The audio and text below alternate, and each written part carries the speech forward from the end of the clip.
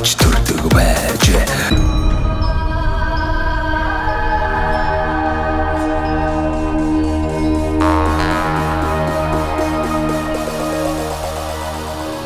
За монголчуудаа Монгол эх орныг нь танилцуулах зорилготой Сумандаа сайхан амьдрын нэвтрүүлгээ Дундгуй аймгийн Үлзий цумаас нэвтрүүлгээ бэлтгэн өргөж байгаа. За ингээд одоо буян булаг өрнөх хоршооны одоо хүмүүстэй уулзахаар ирсэн байна. Ингээд хоёр маань бас өөрсдөө танилцуулаач тийм ээ. Бас аав ээж нь ямар хүмүүс вэ? Одоо тэгээд малчин хүмүүс бах. Тэгээд энэ нутаг орондоо төрж өссөн хүмүүс үү?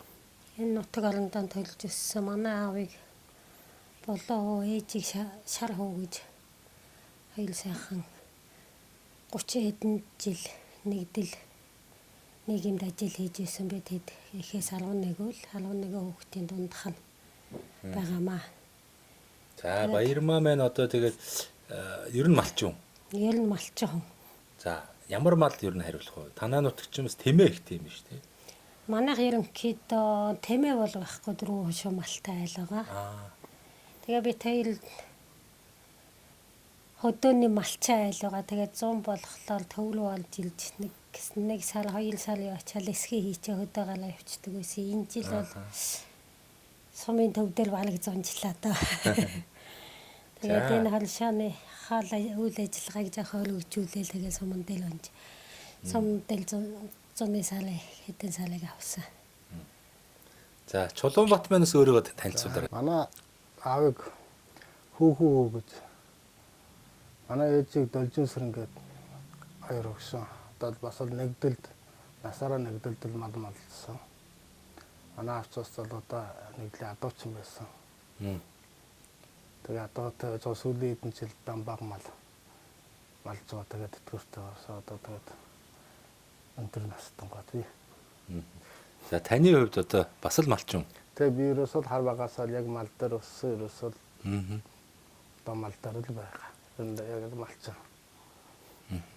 Одоо ингээд малчид маань ерөөхдөө за намартаа бол одоо малаа сайхан одоо тийм ээ. Одоо малынхаа махыг одоо малаа зараад одоо орлого олдог бах.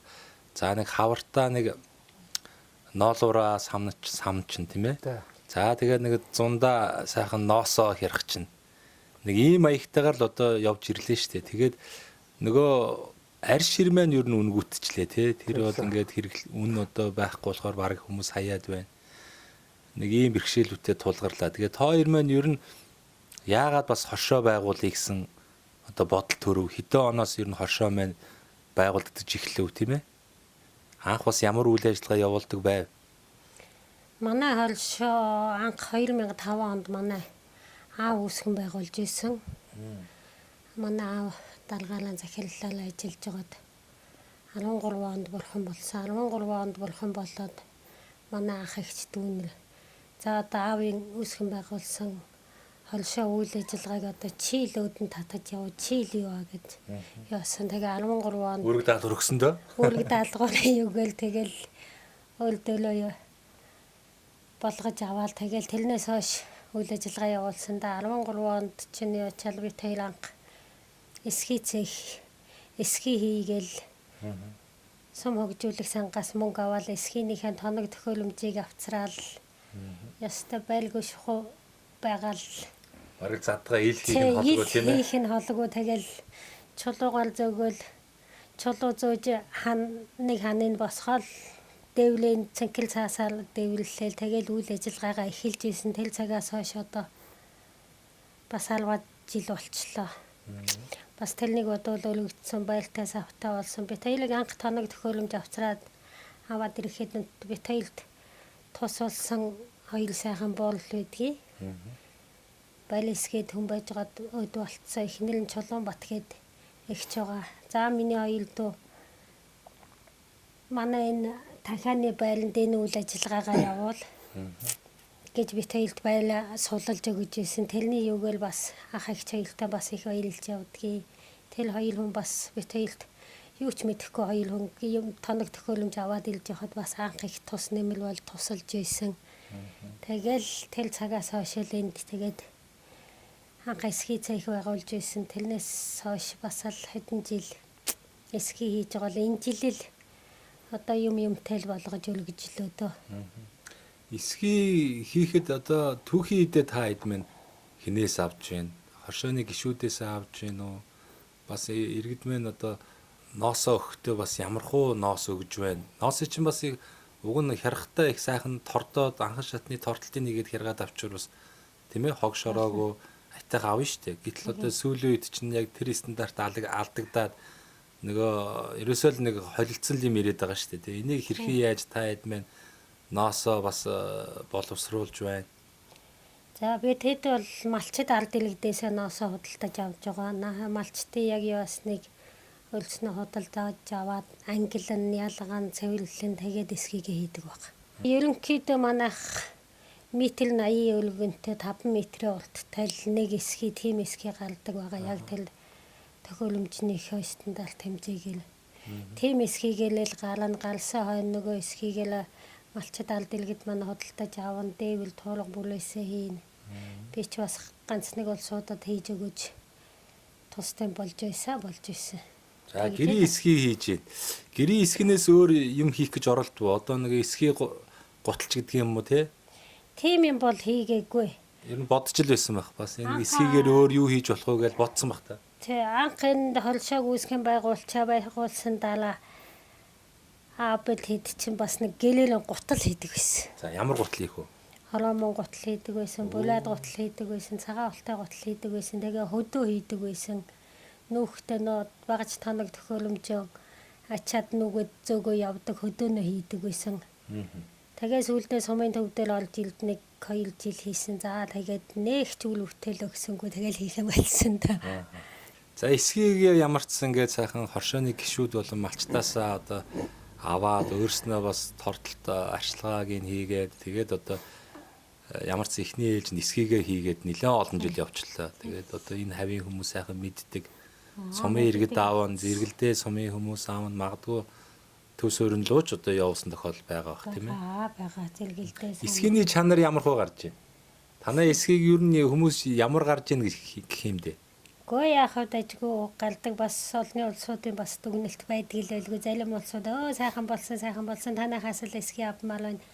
Танай эсхий л гоё болсон энэ төр гэж олсоо зөндөө. Урам өгж байгаа хүмүүс зөндөө байна. Олсоо зөндөө л үүдэг. За одоо бас хоршооны маань үйл ажиллагааг та хоёр маань сайхан удирдан чиглүүлээд гишүүдтэйгээ ингээ хоршоогоо сайхан үргэлжлүүлээ явж байгаа юм байна. За танаас чи одоо сайхан нэг махны одоо сайхан юу зойр хөргөгч ийм барьсан юм биш үү? Энийгээ хизээ хийв. Энийг одоо энэ 100 7 сарын ихээс авахгүй одоо энэ баруун засварын байшинг эхэлж энэ 100 бэр дуусах ард дээр нэг хөргөөрийн байшинг эхэлсэн. Одоо энэ хөргөөрийн байшинг ерөнхийдөө одоо тоног төхөөрөмжөө улсууд нэр байрлуулчид ер нь тэгээд ашиглалтанд ороход бэлэн болж байгаа. Дуусах тал руугаа ерөнхийдөө нөхөж ил байгаа та. Үйл зунгуу дөрөв үйлрэл одоо тийм махаа ав сайхан нөөцөж одоо хадгалж байгаа л одоо хэрэгцээтэй газар руу нь явуулах нь шүү. Ерөнхийдөө захирал зоригтой ер нь л малчтаас аймгийнхан аймаг олон нутгийнхаа ханшинд байлуулж малчтаасаа мах түүхэд ер нь л малаас гаралтай бүтээгдэхүүн л авна л гэсэн зорилготой л байгаа. Сая энд нэр одоо засварын газар ажиллаж штэ. Бас одоо хэдийн үеэс одоо энэ засвар үйлчлэгээ хийдэг болов тэгэл дугуй засвар бас ажиллуулж исэн юм байна. Тэгэл ер нь одоо энэ сумд ч нөгөө айл болгол машинд хэрэгтэй болчлоо. Тэгээд үүнийгээ дагаад үйлчлэгээ хэрэгтэй. Тэгэл энийг олж хараад сайхан машин засаал эхэлсэн бах та тий. За ерөнхийдөө одоо ч тэгэл хүн болгон машинтай машин унж байгаа тохиолдолд машинд үйлчлэгээ байнгын одоо явагдана. Тэгээд одоо ингээд бас нэг ийм сумн дээр байвал энэ ч одоо бас усаа тос винзэн гартал хаавга аймаг ороод нэг жоох юм янзлуулах гэж явж байгаа. Тий. Тэрийг бас энэ сумн дээр бас нэг ийм үйл ажиллагаа явуулаад бас үгүй одоо усуудын бас хойш урагш явах бензиний мөнгөнд нь ч гэсэн өөрсөнд ч бас хэрэг байх юм уу хэрэгтэй сэлбгийг авчирч нийлүүлээд тэгээ өөрсдөө энд оруулаад янзлаа тэрийн тавиа солиод ингээд өгдөг болгоё гэж. Уг нь бол дугуй засвар ор зүрийн сэлбэг ноднонгоос эхэлж жижигхэн төв юу ажиллаж байгаа. Тэгээ энэ жил ерөөсөө нэг шинэ хоршоо тэдний өнө орон даяараа өгсөн өнөөс төсөл бичээд одоо ийм хөргөөр засвар нэг яа манайх юм. Аа. Тэгээд тэр юунаас тусад бичээл тэр маань бүтээлд мөнгө нь орж ирэл тэгэл ерөнхийд нь 7 сарын ихээр 6 сарын сүүлээр л энэ бүх барилгын материалыг хотоос татаал. Яагаад тэгэл ирээд энд баруун эхлээд энэ дугуйд сүрэн баруун юуг бариад. Тэгээ 8 сарын 23-нд нээж үйл ажиллагаа энэнийхээ үйл ажиллагааг нээчихэд. Тэгэл энэ рүүгээ шууд үргэлжлүүлэл орсон. Тэгэл одоо энэ тохижл байна. Одоо сайхан махны сайхан хөргөж одоо ингээд зойртой болчор бас хэрэгтэй тийм ээ. Тий одоо энэ бас нэг юм хөдөө алдсан бол газар ч одоо бас нэг улсууд нэг ганц хоёр хүмүүс хаваад бас аймаг явах аймагт очоод бас та хансан өндөө өгч чадах ч үгүй ч бас наан цаана гэл ингээд. Тэгэл бас улсуудын бас ажил цаг зав гэл. Тэгээ яхаа бас энэ суман дээр энэ одоо ийм хөргүүр ийм нөөц юутай болцохоор энэ чинь одоо муудч нэг яах юм байхгүй. Тийм учраас одоо аймгийн ханшинд бариулаад суман дээр одоо нэг ийм бөний нэг бас нэг иймэрхүү юм яачвал бас энэ малчдаа ч гэсэн одоо энэ үйл ажиллагаа явуулж байгаа бид нар ч гэсэн аль аль талдаа бас хэрэгтэй юм болов гэсэн бодлоор яаж байгаа юм. Одоо хоёр маань энэ шинэ хоршоо төслөөс бас хугацаатай зээл авбуу хэдийн хэмжээний зээл ямар одоо хүү төлөх нөхцөлтэйгээр зээл ав. Хугацаатай энэ чинь 6 жилийн хугацаатай 0.6.1 6% хөвтэй тийм л мөнгө авсан. Тэгээд одоо төлөх нөхцөл нь сар вэ жилээр нэг төлөх хугацаа график нь яаж гарав? Жилдээ 2 төлөлттэй. Хагас жилээр төлөх юм байна. Тий, хавар намрын хагас жилийн хаврын ноосны олоорын үед намрын өвлийн магшуулаа нэг жоохон мөнгөтэй болох үед тий борлуулалт хийсний дараах тий борлуулалт хийх үедээ тийм төлөлттэй л мөнгө авсан. За хэд орчим төгрөг ав? Манайх чинь энд ерөнхийдөө энэ үйл ажиллагаа явахад одоо манай ажилчных байдгийг эднийхтэйгээ нийлээ тэгээ бас нэг ах байгаа. Ичээ орлогод тэднийтэйгээ нийлээ тэгээд 3 айл ерөнхийдөө 150 хүрээгүй. Нэг юу л нэг 50 саяар илүү нэг анх тэгж яригдад л нэг тий ер нь бол 50 сая тий анх бол 50 сая гэдэгсэн малчтынхаа бол 50 сая гэж хэлсэн. Тэгээ нөө малчид чинь бас айлууд чинь олон цоо малтай бас нэгдэж өгдөгөө болдгоо. Бас нөө яг нэг тэр нөхцөл байдал бүрдэж бас болох болохгүй талдаа бас яваад их байгаа. Зээлийнхээ хэмжээ янз байгаа.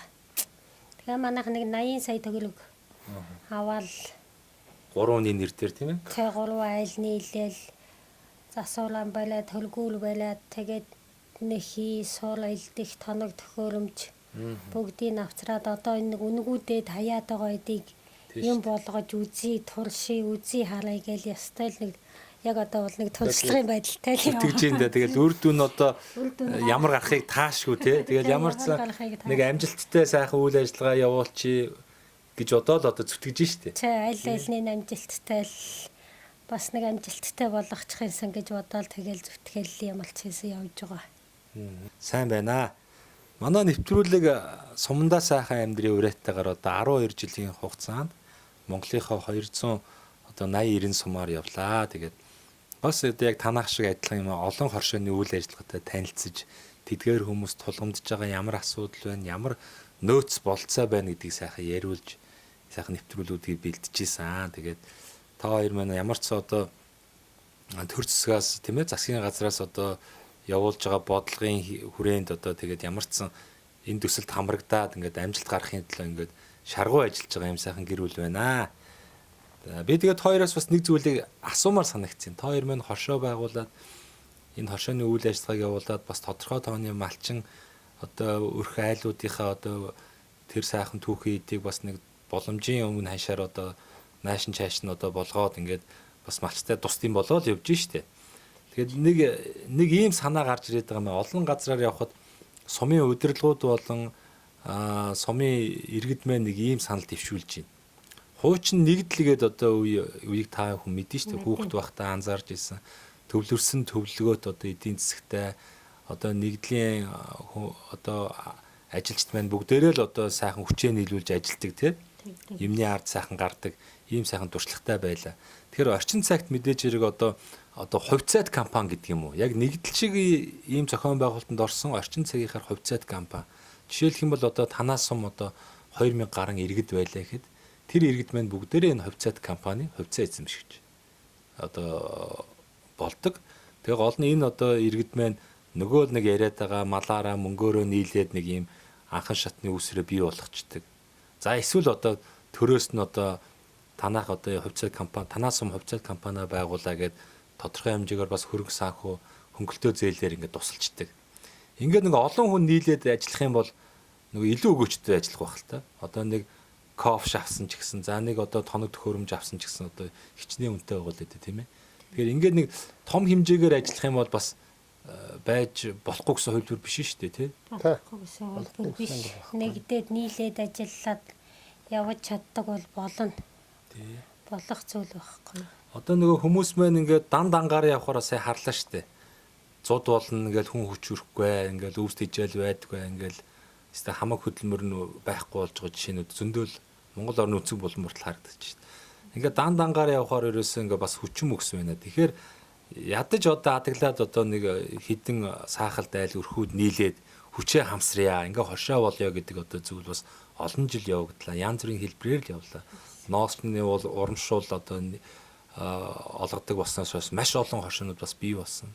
Тэгээд зарим нь ч одоо нэг хэсэг одоо урамшуулаа аваад л ингээ явж байгаад энэ мэн жоохон одоо бүтэл муутай болоод ирэнгүүт дийлэх хоршоонууд маань үүд хаалгаа барьж гин тий.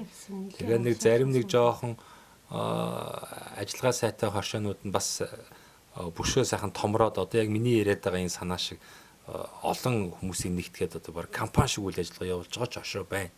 Тэгэхээр ерөөсөө бидний хувьцаат компани гэдэг л үл ер нь яваанда алстаа ийшээл орох хэрэгтэй юм байна. Тэгэх юм бол энэ сумын бүх иргэд нь одоо малаас гарч байгаа түүхий идэ тийм ээ өөрийнхөө хувьцаат компанидаа одоо нийлүүлдэг. Тэрийг өөрснөө боловсруулдаг, эцсийн бүтээгдэхүүн хийдэг. Энийг нь одоо манай аймаг болон төр засаг нь одоо хааш нь тэр бүтээгдэхүүнийг борлуулах уу, дотоод зах зээл, гадагш нь яаж экспортлох уу гэдэг дээр одоо ингээд бодлогоо явуулж идэг. Ингээд сум болгон одоо тий за одоо боли одоо туушраа заавал сум болгон нэг хувьцаат компани гэдээ яриад яах вэ? Зарим сум дээр нэг хувьцаат компани байж болох юм. Зарим одоо томоохон сумч гэдэг юм, зарим нэг сум дээр бүр 2 3 хувьцаат компани ч хийж болно. А эсвэл одоо үнэхээр болохгүй бол нөгөө 3 4 2 3 суммаа нийлээд бас дундаа нэг том компанитай болсон ч бас яагаад болохгүй гэж тийм ээ. Тэгэл нөгөө нутгийнхаа онцлогтой тааруулаад одоо энэ хангаа газар, модтой газар гэхэд тэр модны чиглэлийн компани байгуулаад тий. Энэ одоо хятадаас гэдэг юм уу баруун Европ бас маш олон тавилга модон одоо бүтээгдэхүүн орж ирээл нь шүү дээ. Зах зээл нь байгаад байна. Гэтэл Монголд энэ сайхан модны нөөцөө бид нар зөв зохистой ашиглах хэрэгтэй байхгүй. Тэрэн дэгээл одоо унаал галт төмөр болж явахар тийм ээ. Тэрий ч одоо насны гүцээ сайхан болцсон бол хөвшрөхөөс өмнө аваад бид нар чинь тавилгаа монголчууд хийдэг болмоор шүү дээ. Тэгэхэд л одоо хангаан суманд яг энэ чиглэлээр нь одоо хувьцаат компани байгуулах хэрэгтэй байхгүй. А жишээлбэл одоо энэ говийн бүснуудыг сайхан ноос ноолоор ариун гардаг газар бол тийм энэ чиглэлийнх нь сайхан компаниуд байгуулагдах юм бол Монгол улсын хөгжилт нэмэртэй юм аа. Энэ түүхийд бол хаягдхаа болно шүү дээ. Ер нь нэг ийм санаа ер нь их олон газраар явахад хэлж чинь. Та хоёр маань энэ дээр санал нэг байна уу? Ийм одоо хувилбар боломж байж болох уу? Ерөнхийдөө ийм хувилбар байхад болно. Одоо манай сум олон нутаг шиг алслагдмал уужуу газар нутаг томтой газар бол одоо манай сумын зүүр тал баруун тал гихтэл талдаа 170-80 км давхичил сумынхаа төвдөл ирэх жишээтэй. За нэг өвөл цагийн хэцүү хүнд байдалд нэг сум олон нутгаас нэг 5 бодлогоос 10 бодлогоос авъя гээл тэл холоос тавихгүй наа олуулаа нийлээд холшоод наан цаана гэвэл яста хавиолынхаа айл сахалт айлуудаа хой манайд өвсийг аваад ирэлээ тэжээлийг аваад ирэлээ манай тим юм аваад ирэлээ гэх жишээтэй тийм улсууд бас би гэхдээ орон нутагт ийм алсаллагдмал орон нутагт одоо түүхийдэн аваачж өгөөд бас нэг нэмүүлдэг шингүүлчихсэн аймаг олон нутгийнхаа ханшинд өгчихсэн цаашаа бас хаалаа нэг мах шул түүхэд бүх юмаа зах зээлийн өндөр ханшинд борлуулчихсан гэсэн малчид тийм илмэлзэлтэй малчид бол зөндөө л байгаа. Энэ нэг сайхан зохион байгуулалтанд оруулмаар байна тий. Тэлэг нэг сайхан зохион байгуулалтанд оруулаад нэг дээр нийлээд төл засаг захиалгаач гэсэн одоо гадагшаан чөлөөтэй гаргадаг байдаг юм уу? Эсвэл тэрний талаар бас боломжийг олгодог бол бас малчид өөрснөө бас хийхгүй ш. Нэг үеиг бодвол бас малчид явдаг, суудаг, хийдэг болчлоо. Бас хаа газраас тахидаг өгдөг энэ төр болцсон. Цаг үе болцсон ш. Одоо тэгээд тэлийг хамгийн гол нь л малчтаас гарсан өгдөг юм маань л зарим нэг нь үнгүүдээ чаягдаал, зарим эдүүд нь үн багтай аль болчоол байгаа. Эд болоо л шүү дээ. Одоо тэгэл сэлүү унах тосон магшилны үн улам буун. За яг ямааны альс өвөл өснөөс нь ургаадаа нэг өндөр болдог юм ямааны альсэл болдог. Тэгэл бос түүхий эдэнтэл бол ер нь үнгүүд үн багтай зүйлэл гардаг шүү дээ. Одоо энэ үнгүүдэд арьс ширийг бол одоо маш олон бүтээгдэхүүн хийж болж шүү дээ. Хоньны арьсаараа бид нэр одоо сайхан монголчин одоо хүүтэн сэрүүн үйлдвэрлэл ихтэй тэгэхээр тий суудлын сайхан одоо бүрээс маягийн юм хийж болж байна. За магадгүй одоо бас ингээд заавал хевс эсвэл одоо дороож тавьж байхын оронд тийм ээ энэ сайхан одоо том өхрийн одоо ширээ арьсыг ч одоо ингээд сайхан боловсруулад ингээд хөл дороо тий орныхоо урд тавьж болж байна. Одоо эн чинь бараг одоо тансаг хэрэгэл болчиход байгаа шүү дээ. Гэдэг шиг. Тэгэл одоо энэ бүх төрлийн одоо арьсыг сайхан боловсруулад ингээд ширдэг бүрээс болгож болж байна. За дээрэс нь одоо хувц хунар тий дах дихти одоо юу гэдгийг сайхан хурган дээл одоо бүх юу л бол юу хийх одоо бүрэн боломж байгаа шүү. Бүрэн боломж байгаа. Өшөө одоо сайхан одоо дараагийн шатны үйлдвэр цэгтэн тэр бүтээгдэхүүн өгөөд нөгөөх нь сайхан савк тийм ээ. Одоо шир ингээ гардаг тэрийгээр нь одоо ста нэр хувцас цүнх гутал одоо тэгэл хийгвэл зөндөөл юм байна. Бид нар ч одоо ямар анх удаа юм хийх гэж байгаа ус орн биш шүү дээ. Бид нар ч нөгөө социализмын үед бас би бас одоо 80-аад оны сүүл үеийг санаж ийн хүүхэд байсан. Тэгэхэд Монгол орн ч одоо үйлдвэрлэгч орн байлаа шүү дээ. Ерөөсөө бүх чиглэлийн үйлдвэрүүд байсан тий. Тэгэл нийгэм солигдоод нөгөө энэ мэн өөрөө жоохон буруу хувьчлал явагдаал нэг тухайн үеийн эрх мэдэлтэй нэг албан тушаалд ойр байсан нөхдүүд нь тэрийг аваал зарж үрээл ингээд сүтэлсэн шүү дээ.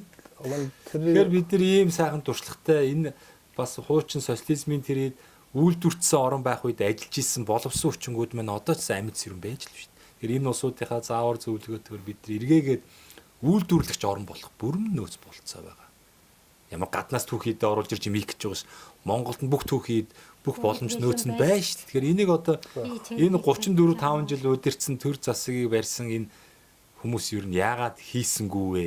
Энэ дээр одоо ард иргэд бол одоо маш их олон жил хүлээлттэй л явлаа шүү дээ. Одоо тэгэл зарим үед бөхөндөлтэй л явсан. Тий. Одоо энийг бол ерөөсөө хаана энэ бодлого боловсруулж байгаа төвшөнд байж байгаа хүмүүс нь ч мэддэг, ойлгодог.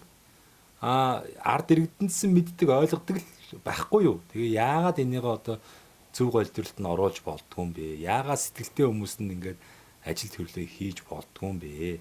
Нэг албан тушаалд очиод ингээл ингс тэгсгээл ингээ байж идэг. Улс орноо хөгжүүлмээр биш үү чинь. Энэ өргөн удам нутагтай энэ сайхан бүхэл зүйл Монголд байна. Одоо тэгээд энэ 3 сая 500 мянган одоо энэ монголчуудын сайхан бүгдийг хангаламж чинэлэг амьдруулах яга боломж байдгүй. Хөдөлмөрийн насны эд одоо их орныхоо бүтээн байгуулалт хувь нэмэр одоо оруулах боломжтой залуучуудаа ингээд санаатай юм уу санаагүйгээр ингээд гадагшин Солонгос руу ч гэдэг юм уу Швед, Чех одоо юу гэдэг ингээд дэлхийгээр нэг одоо энэ залуучдыг тараачдаг. Тэгээ эн чи их орноо бид нар хөгжүүлмээр нь Монголдоо сайхан амьдрмээр хүний газар сайхан амьдрах гэж байхгүй шүү дээ. Тэгэхээр их орондоо бид нар энэ хөгжсөн орноос дутуугүй одоо орчныг бүрдүүлээд хот хөдөөгийн ялгааг арилгаад тийм ээ. Энэ хөдөө орн нутгийн ч гэсэн одоо ингээд яг хотоос ямар ч ялгаагүй сайхан засмал замтай, дэд бүтцтэй ийм болоод эхлэх юм бол заавал энэ залуучууд тэр төв суурин руу явахгүй. Заавал одоо амьдрахын төлөө гадаад явахгүй. Тэгэхээр энэ боломжийг л одоо бид нар бий болох хэрэгтэй байна. Төр засаг нь ийм бодлого явуулмаар байна. Ард иргэдэн ч гэсэн энэний төлөө шахаж шаардмаар байна. Өөрснөө хөдөлмөрлмөр байна. Хөдөлмөрийг голмооргүй байна тий. Цалин их голж байна. Энэ сум дээр бол зөндөө олон ажлын бариуд байгаа байхгүй. Ингээд ийм хийя гэхэд хүн олддгүй. Нөгөө хүмүүс нь хайцсан. Төв суурин газар явцсан. Эсвэл одоо Солонгос явцсан. Нэг ийм л дүр зурагтай амьдрал харагдаад байгаа юм да. Үнэн биз дээ. Үнэн шүү дээ. Тэр бол үнэ. Одоо 100 одоо битэр эсхий гэл одоо энэ Ажилчаа хайнаа. ажилчаа. Юус ажилчин нь олддоггүй байхгүй. Тэгэл өөрснөө нухаар тэгээд хүн хүч Тэгэл хүрдэг бай. өөртөө тийм өөртөө Захиалгаа дийлдэг бай. Энэ цуглуулсан одоо нөгөө түүхийд мэн аваараад байдаг.